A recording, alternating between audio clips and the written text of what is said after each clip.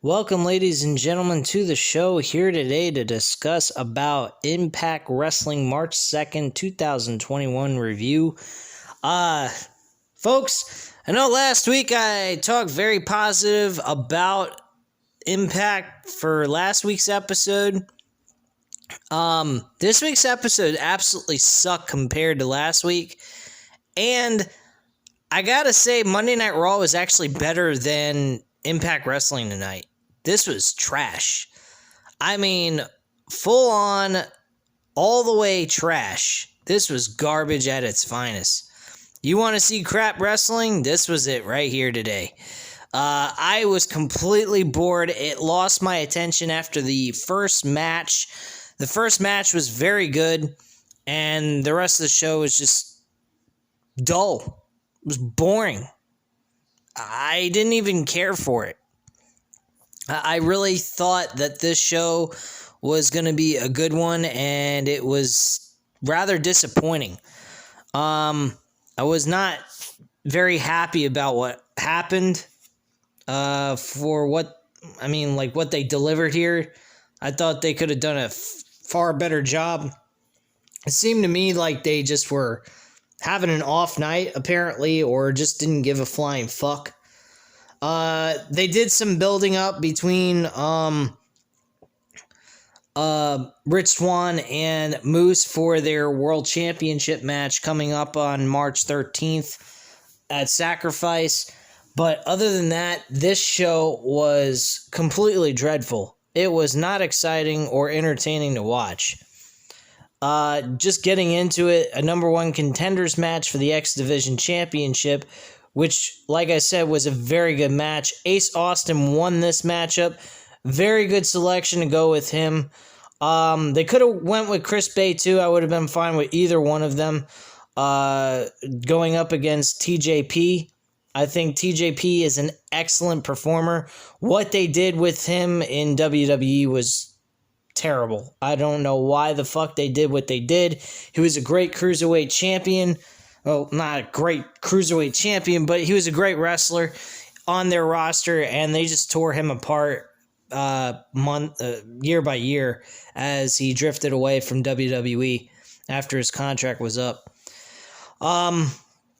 But yeah, this match was good. Ace Austin won this match. I give them a lot of credit for that, but the rest of the show, man, I don't know what the fuck they were doing, but this was just boring as fuck. Really, it was boring as hell. We had Gia Miller ask Jazz and Jordan Grace about being number one contenders for the knockout titles. Jazz is looking forward to that, but they know it was Deonna Purrazzo who took out ODB. As she continues on about that, Kiera Hogan and Tasha Steelz enters into the picture, and Jordan wants to make her match against Deonna Purrazzo tonight a triple threat, and the champs aren't pleased. So that's pretty much what we get from that. This Brian Myers comes in all Ned Flanders friendly to zebra striped Cardona. And Matt knows his game. He's going to call the match tonight straight down the middle, and that's that. Brian Myers and Eddie Edwards, the match was good, but the ending was a little fucked up. I kind of didn't catch the ending because my computer was on the fritz. There was a problem with the stream on Twitch, so I didn't really get that, so I'll definitely read that when I get to that matchup to find out what happened. But overall, that matchup was actually pretty good. I didn't think the action was bad at all. But the ending, I don't know what happened there. I thought it was kind of fucking dumb, and it really screwed up the match, in my opinion. Tennille Dashwood versus Havoc. I didn't even care for this. This was fucking boring as shit. Tennille Dashwood, though, wins the matchup. Wins the match with an all eyes on me maneuver. Basically like X-Pac's version of a X Factor. So that's what happened there. Sami Callihan actually is using a wacky hack camera in Ohio. This is based off of the storyline that's being built between himself and Trey Miguel, which I think is great. I find it very interesting. It's taking place in Ohio, this training facility that Trey worked in. So it's kind of interesting how Trey worked in a training facility learning how to become a professional wrestler, and that's where Sami Callihan comes from Ohio, because of the OVE, Ohio versus everything, gimmick that he used to have with the Chris brothers. So he's in Trey's training facility, and he attacks students and runs into Trey's trainer. He attacks him as well, and a student, Sam Beal, come in to confront him, and Sam stops and manipulates Beal as the two exit together. And he pretty much says, "Don't worry, Trey, I'm not going to hurt him. He's in good hands with me." I got to admit, Sami Callihan is a draw. He is a fucking underutilized performer on this roster. I don't know what the fuck they're doing with Sami Callihan, but this guy should be challenging for the World Heavyweight Championship and running again as world champ. This is fucking ridiculous how this man is not the World Heavyweight Champion on this program. He's the best fucking performer on this show outside of Eddie Edwards. These are the two best on your roster. Yes, Rich Swann is good. I will give him credit where credit is due. He hasn't been a bad champion. Moose is another good one. I don't think that this main event match at Sacrifice is going to be bad. It should be interesting with them having a mismatch in weight and height and everything. So I hope they do a good job to make this match good. I will definitely be watching that live on Impact Plus and give you guys my overall opinion on the entire show March 13th. But bottom line, guys, this was what they're doing with Sami Callihan is fucking horrible. I honestly can say this. I am very upset that Sami Callihan is not being pushed in the main event scene of Impact Wrestling, because this guy is a draw. The gimmick itself says it all about Sami Callihan. He is the draw. And he is what makes me want to watch Impact Wrestling. He's got intensity. He gives and delivers great promos. And when you put him in a hardcore match, he is as good, if not better, than Mick Foley at it. This guy moves quick in the ring despite his weight. Yes, he may be a little bit chunky, but this guy can fucking move in the ring.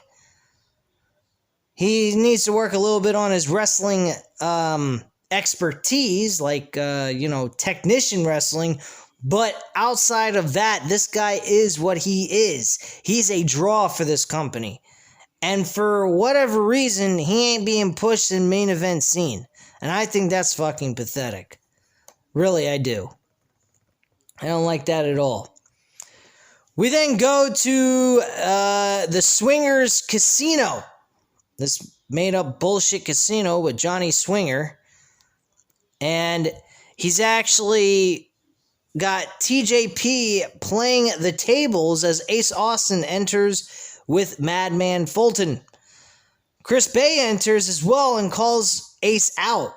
And calls Fulton Angry Man Fulton.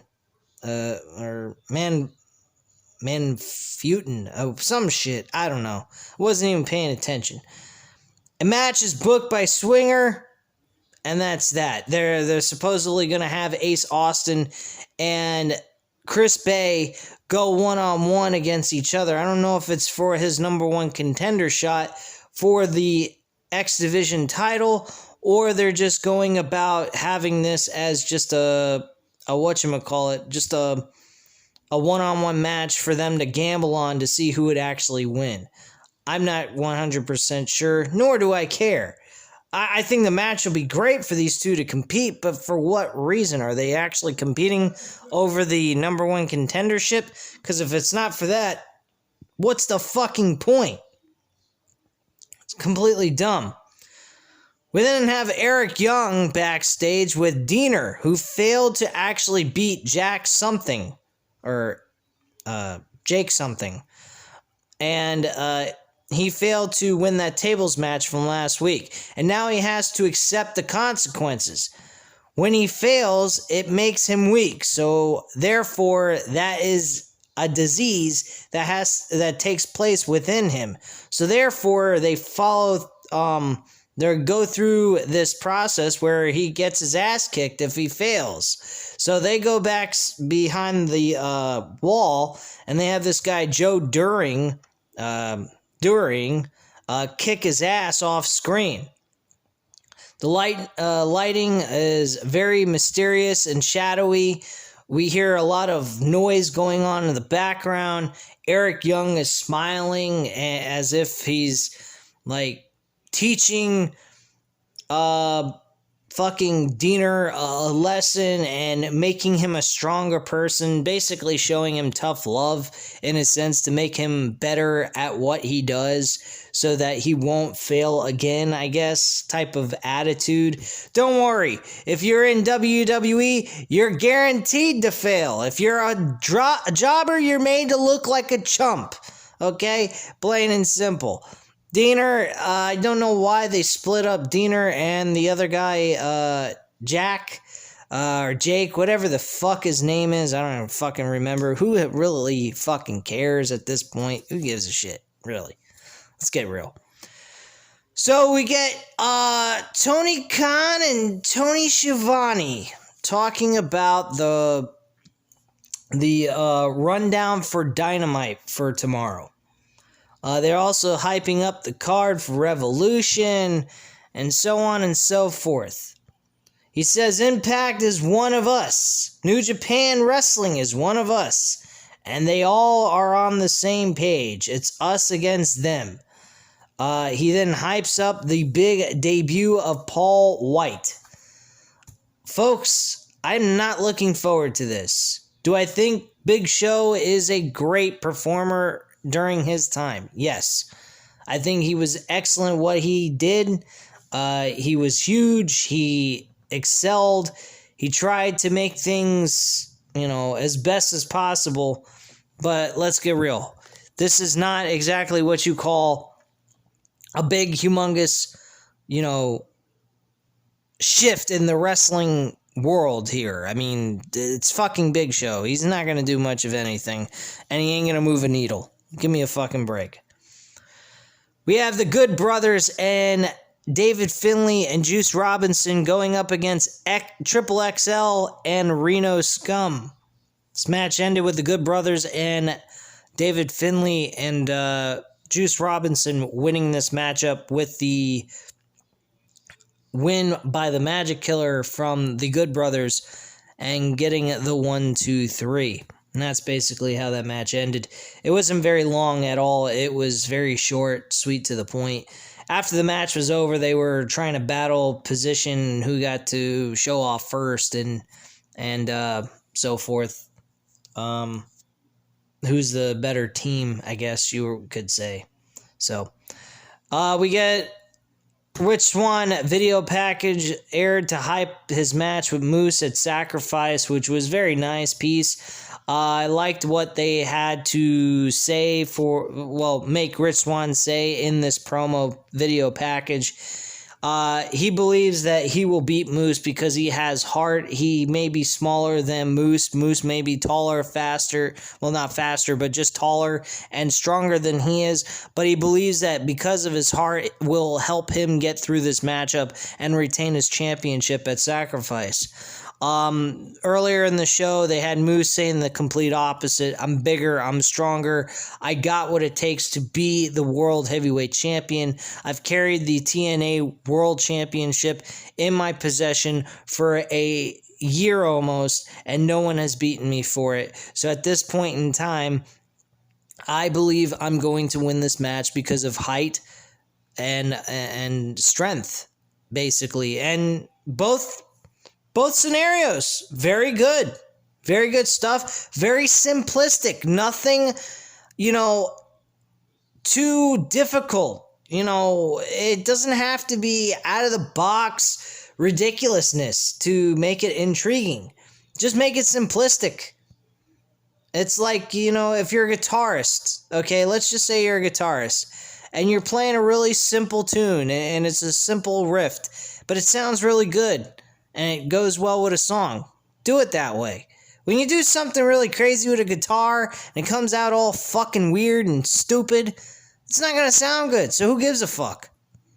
You gotta do something that works. If it works, go with it. If it don't work, don't fucking play around with it. It's not gonna work. Plain and simple. So backstage, there's a big argument with the Good Brothers and Finn Juice backstage about the finish to their tag team match. The four decide they want to settle it in the ring at Impact with the tag team titles on the line at Sacrifice, which is actually a good match. I think that will be a fun, entertaining matchup. I think these two teams will put on a good show. The sad part about all of this is, I have to admit, there's no tag team wrestling in Impact Wrestling. There's no tag team division. You got Triple XL and you got fucking Reno Scum. Two tag teams that are worthless. I don't fucking care about that. Who cares a shit? Really. We had Brian Myers and Eddie Kingston. Here's the matchup, and it had Matt Cardona as the special guest referee. It actually ended with a DQ. Eddie Edwards was the winner of this match. So it basically what happens here, Brian gets to his feet and load his elbow. He nails Eddie with a rooster cut clothesline, but Matt notices and disqualifies him. Brian is upset, but the bell has rung. I don't understand. He used a fucking forearm clothesline. He didn't do anything. He used his elbow. That's not anything to disqualify someone for. That's a really fucking shit ending. Wow, what bullshit. Anyway, Deonna Purrazzo, Kiera Hogan, and Jordynne Grace are in a triple threat match in this main event that I could give two flying fucks. This match sucked. Before I even got off the Twitch, I saw people in the chat talking about how great of a main event this was. This was not a great main event. There was nothing they're fighting over. There's no championship. There's no movement in the rankings for their division that they're competing for.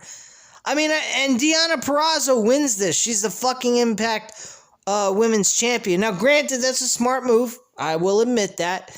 You can't have your singles Women's Champion losing the match. That would be kind of stupid. But at the same time, why aren't you having Kiera Hogan lose to Jordynne Grace? Why not? It makes sense. They're competing over the tag team titles for the women's division. So why not? I know, yeah, okay, but this is a singles match. This wasn't a tag team matchup. So it's a little bit different. You could kind of, work your way around that. But when you're going ahead and you have fucking Jordynne Grace getting defeated by the women's champion, it doesn't really give me a lot of high hopes for Jordynne Grace and her tag team partner Jazz, which, by the way, Jazz is fucking terrible in the ring now at this point. She used to be great when she was younger. She really should just stay retired. She is fucking terrible. I watched her wrestle last week. It was horrible to watch. It's like watching like an older wrestler like The Undertaker, only she does it worse. I think The Undertaker performed better than her out of his prime than she does. So that's pretty fucking pathetic. But yeah, after the match, we see ODB show up. She wants to get some revenge after what happened to her last week from Deonna Purrazzo. And she raises the Impact Knockouts Championship belt over her head. And apparently we are going to get a match between Deonna Purrazzo and ODB for Sacrifice. Now, I don't see ODB actually winning this match. I kind of predict that she's going to lose this match. So, yeah, personally, if you think that ODB is going to win this match, with her being a part-timer that sometimes appears on Impact Wrestling and sometimes she doesn't, you're a fucking retard to think that, because ODB is just there to put Deonna Purrazzo over as the women's champion on Impact Wrestling. So that's basically it. Overall, the show was a complete waste of everybody's fucking time. I particularly did not care for this episode whatsoever. I think last week's episode was a lot better than this one. Overall, I like Sacrifice's match card. Let me just take a quick look here and see what we got here going into this on March 13th. Pay-per-view. I would say it's a pay-per-view because they're definitely building it up as such. But give me one sec to take a look at this match card.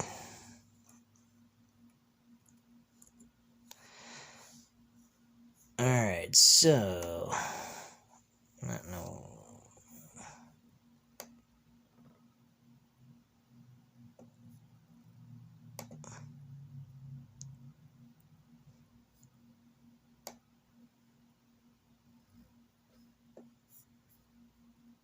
Give me one sec, guys.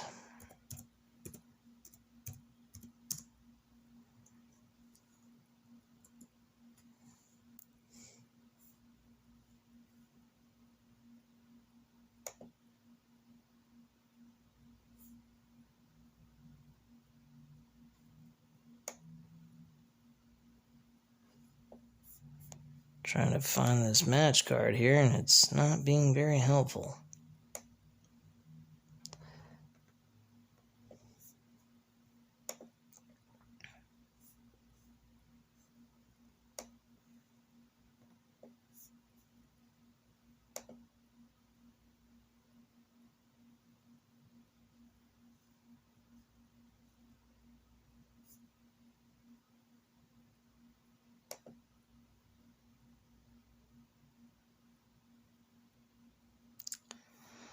Alright, well, anyway, it doesn't seem to be pulling up this thing here, and I'm wasting time not doing or saying anything.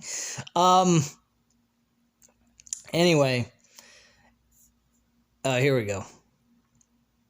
Found a website that could give me the match card that we got here.